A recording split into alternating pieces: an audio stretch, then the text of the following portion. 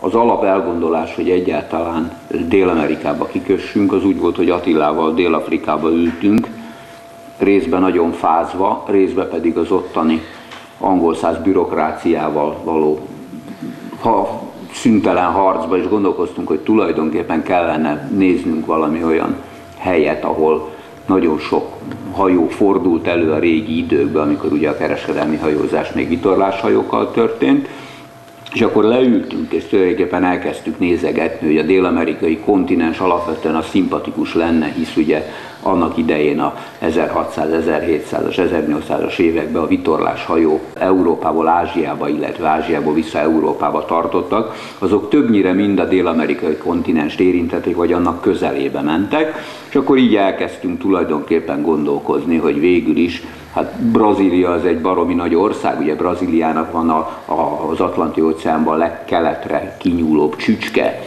az a legrégebbi európai behatású ország, mert ott kezdődött gyakorlatilag Dél-Amerika gyarmatosítása Brazíliából 1512-ben, és tulajdonképpen így kezdődött az, hogy Brazíliát vettük célba. Aztán ezt követőleg Attilával elkezdtünk, még nem levéltárakban, nem mindenféle könyvekbe, ahol különböző elsüllyedt hajókról mindenféle vélt vagy valós történeteket lehet olvasni, azt kezdtük el keresgélni. Miután meggyőződtünk róla, hogy a törvényekben leírt feltételrendszert azt tudjuk teljesíteni, részben azonnal, részben a későbbiek során, így belevágtunk az engedélyezési procedúrába, ami a törvények alapján, ha jól emlékszem, 90 napban határozta meg az engedélyeztetést. Ezzel szemben az első engedélyünket a benyújtását követő 3,5 év múlva adták ki. Jó, hát emlékszel, alapvetően úgy volt, hogy mondták, amikor ugye beadtuk az Atol des Rocasra, meg beadtuk a Pernambucóra, és akkor mondták, az Atol des Rocas az egy atoll sziget a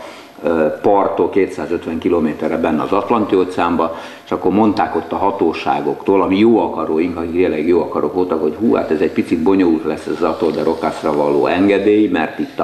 ez az ENSZ világörökségének egy része, mert valami ilyen-olyan egysejtűek, meg halak élnek a vízbe, és akkor víz alatti